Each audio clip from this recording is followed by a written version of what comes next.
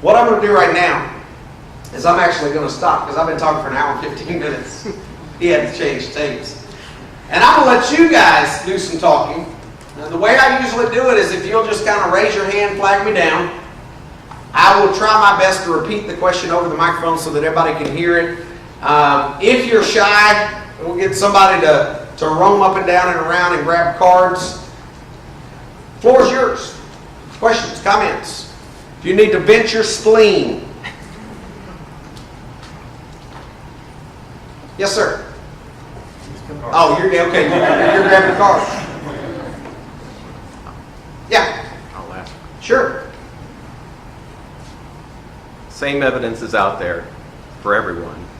Yes. You look at it and you see two diametrically opposed answers. Yeah. How do people arrive at that? How do we get at such opposite conclusions? Okay. We're using the same data. How do we get such different answers? Believe it or not, the answer is in this book. Turn with me to Romans chapter 1. Romans chapter 1. I'm actually going to start reading. Let's start in verse 18 because that kind of sets the stage. For the wrath of God is real from heaven against all ungodliness, unrighteousness of men who suppress the truth in unrighteousness. Stop right there. Do we have anybody suppressing the truth?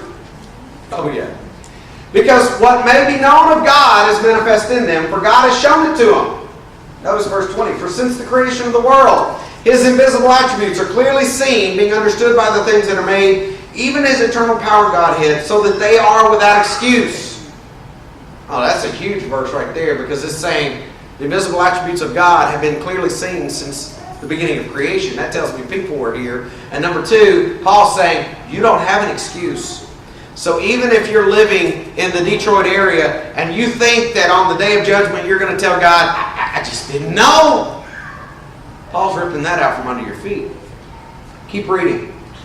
Because although they knew God, they did not glorify Him as God, nor were they thankful, but became futile in their thoughts, and foolish hearts were darkened. Professing to be wise, they became fools. They changed the glory of the incorruptible God into an image made like corruptible man, birds and four-footed animals and creeping things. Therefore God gave them up to uncleanness in their lust of their hearts, to dishonor their bodies among them, who exchanged the truth of God for a lie. Notice this: worshipped and served the creature rather than the Creator. His question was, we got the same evidence, how can we get two diametrically opposed answers? I think Paul nailed it right here by saying everybody is going to worship something. You're either going to worship the Creator or the creature or creation.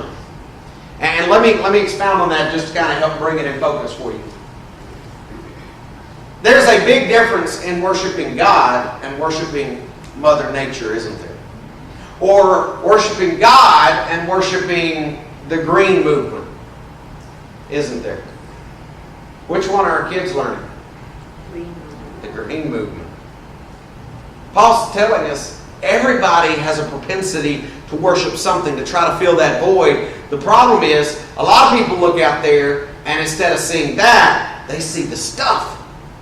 And so what do they worship? They worship the stuff. Save the whales. Kiss the seals. What we should be doing is bowing the knee. Good question.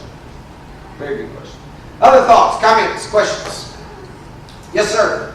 Yeah, Brad, I just came back from the Grand Canyon and did about 9,000 miles across this country to see God's glory. Yes, sir. And I had problems when I went to the IMAX there. You know what I mean? Yes, sir.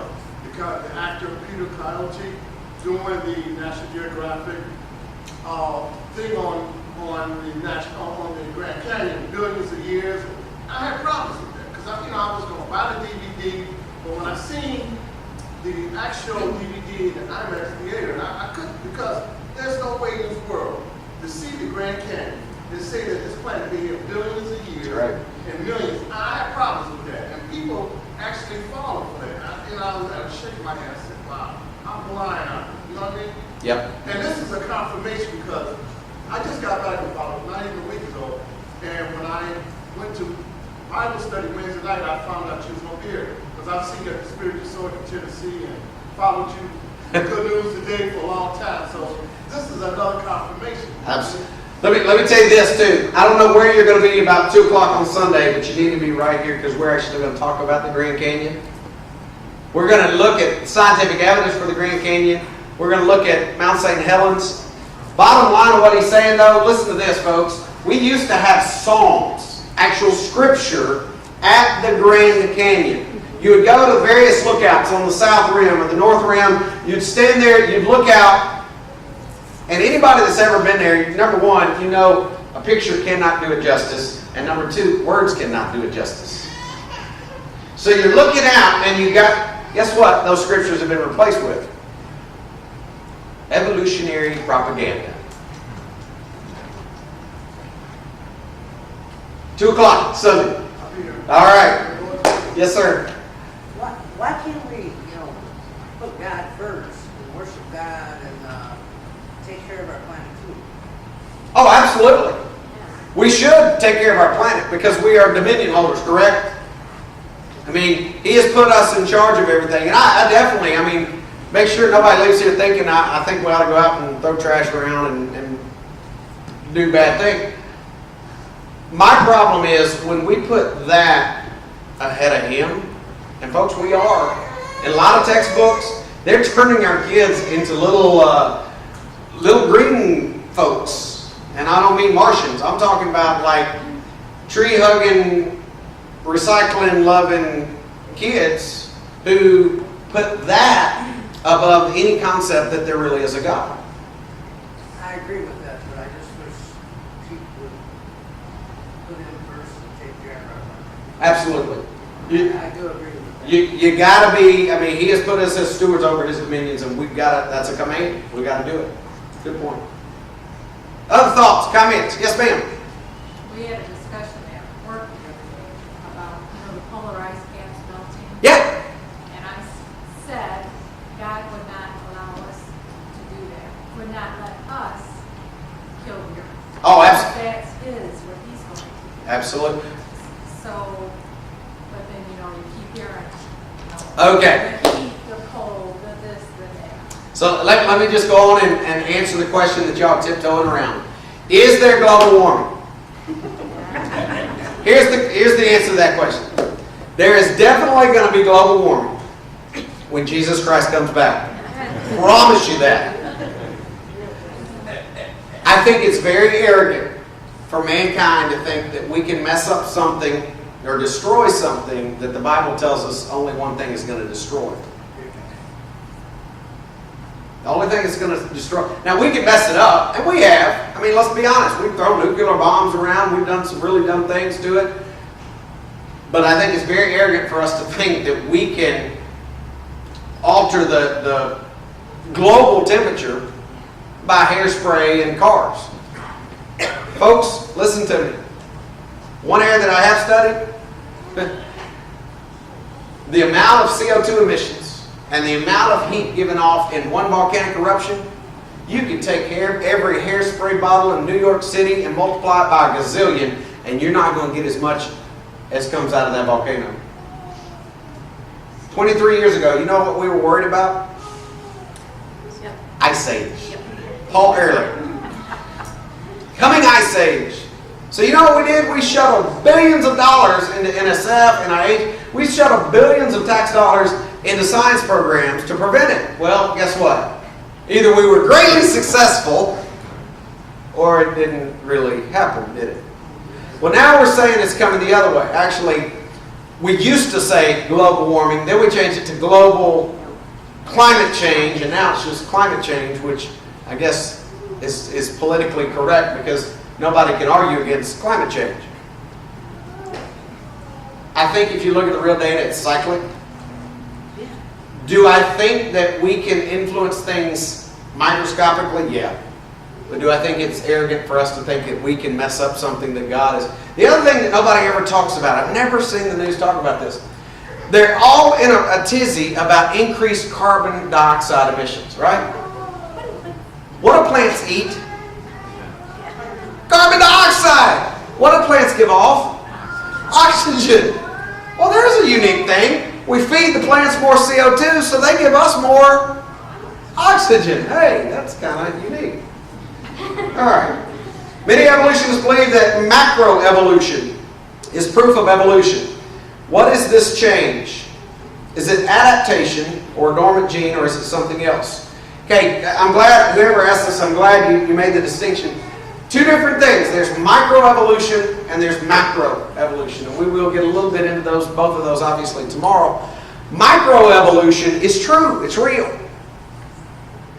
Microevolution is simply this. You've got limited changes within parameters. Okay? The way they usually show it to our kids in the textbooks is they'll have an ancestral dog at the top of a page. And then they got these branches, and you got all kinds of dogs. You've got long-haired dogs and sporting dogs and German Shepherd dogs and Retriever dogs, and you got those little cheesy dogs with sweaters on them that aren't really dogs. Here's a question. When you make two dogs, what do you still get? You don't get a palm tree. You don't get a rhinoceros. Limited parameters. Microevolution really does happen. The problem is they teach our kids that truth, and then they try to jump over to macroevolution. The idea that everything, all the dog branches came from another branch, and everybody came from the same tree, and at the bottom of that tree is a common ancestor to all living things. And folks, it's the biggest fairy tale that science has ever tried to perpetuate. And there are a lot of PhD folks out there that know that are looking at it saying this is too complex for that little fairy tale. As far as some more, I'm going to hold on to that particular card because we're going to touch a little bit more on it tomorrow. Have you seen any effective ways for parents or students to fight this in our school system? Absolutely. Who owns the school system? We did. We did. Who should be on the textbook committees? Parents. People in this room. Who should be on the school board? People in this room. Who should be proactive? Folks, listen to me. Much as I hate to give all of ourselves a good swift kick in the pants, we need it. Because we've been using the school system as a babysitting service for 25 years. And that didn't work. And what happened is we lost one, probably two generations because we sent them through something that we thought was okay.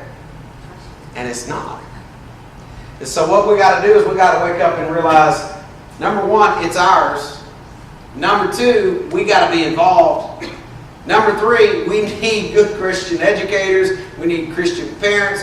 We need Christian school board members. We need Christian textbook writers. We need Christian textbook editors to get this stuff taken care of. I'll give you one example that it works. I left a little town called Moundsville, West Virginia. Did a weekend seminar, very similar to what I'm doing here. Flew home. Tuesday, I get a phone call from their preacher. He said, "Boy, you have stirred stuff up here." And I thought, I'm glad I'm back in Tennessee. He said, "The kids have taken your information, they've taken some of the books, they've gone to school, and they will not let the teachers talk about evolution." And I thought, man, that's kind of cool. He called me back Thursday night, the same week. He said, "Brad, you're not going to believe this." He said, "We're having an emergency school board meeting.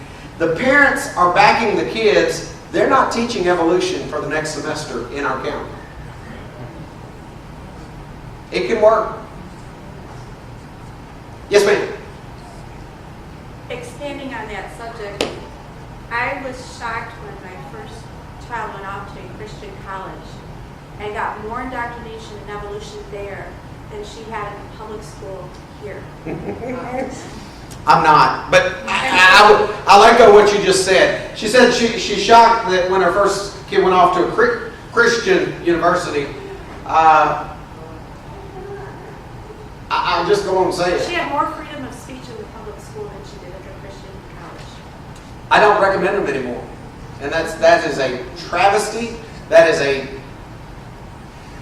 a statement on where we are. But there's a couple reasons. Number one, our kids go there thinking they're safe. Well, guess what?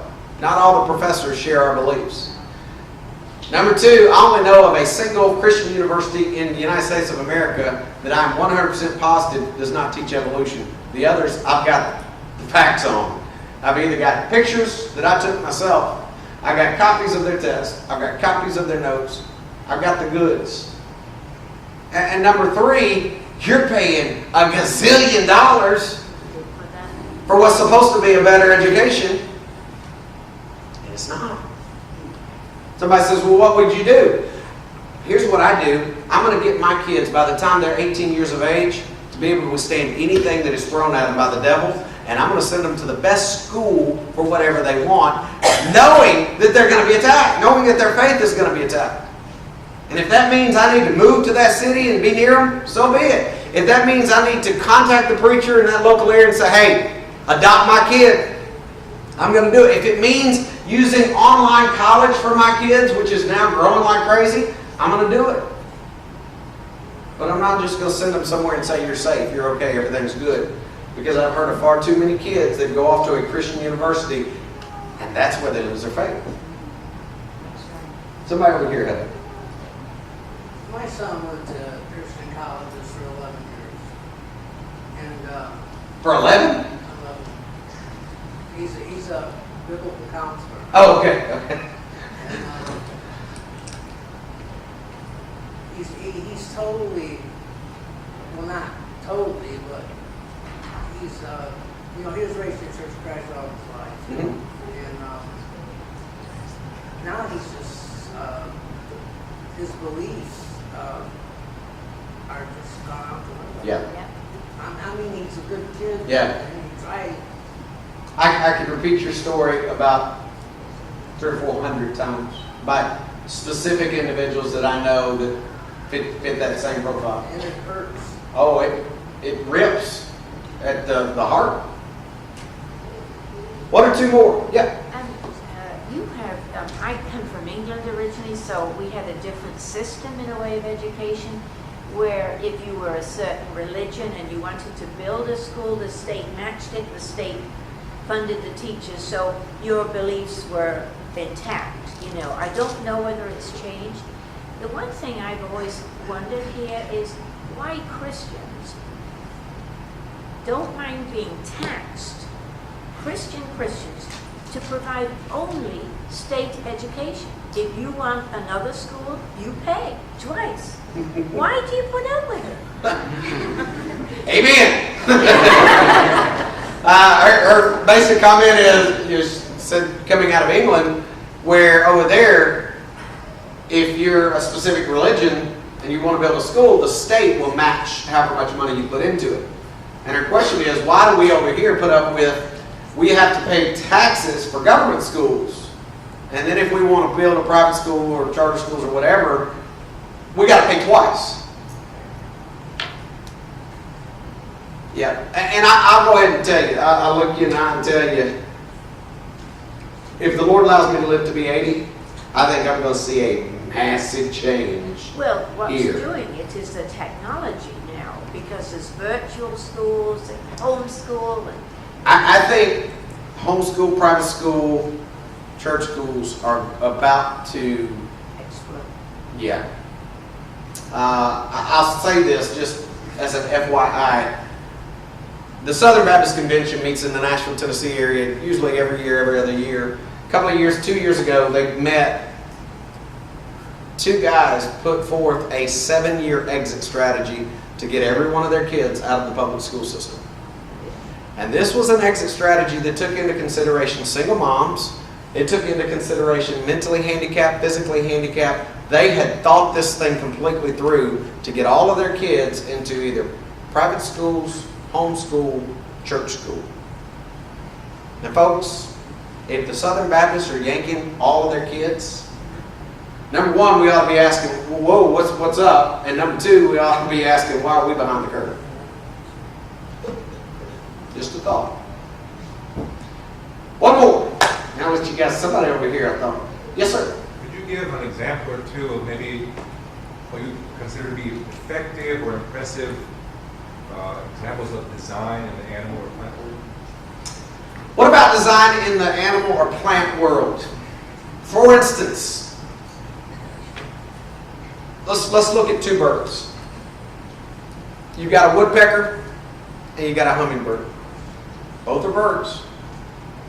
Both do totally different things. If a hummingbird tried to tap a tree with its beak the way a woodpecker does, and I'm not exaggerating, it would literally bang its brain right out of the back of its skull. If a woodpecker tried to get nectar out of a plant with its tongue, it would starve and die, because its tongue is not designed to do that. So you've got a woodpecker that is designed to exert a particular amount of force in a particular velocity at a particular speed. You got a hummingbird that was designed with a tongue that is exceptionally long to be able to hover in flight, which a lot of birds cannot hover in flight, in order to extract nectar. Totally, same bird category, but totally different design. Last one. You think Christians should be taught what evolution is? Often people never hear it, and when they do, they're confused and don't know what to believe. Wouldn't it be better to teach both through Christian way? Absolutely. I am an adamant believer that the best way to combat error is to know your enemy. Our kids need to know what we're discussing this weekend, folks.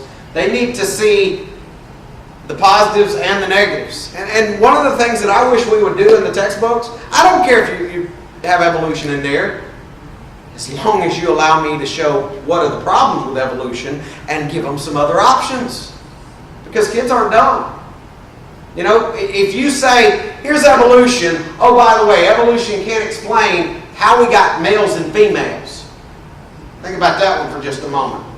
Had a college student arguing with me one time about fish crawling up out on the land. I said, okay, buddy, you got to lose your scales, you got to get tear ducts, you got to change your respiratory system, and by the way, he's got to convince his girlfriend to crawl out with him. Think about that.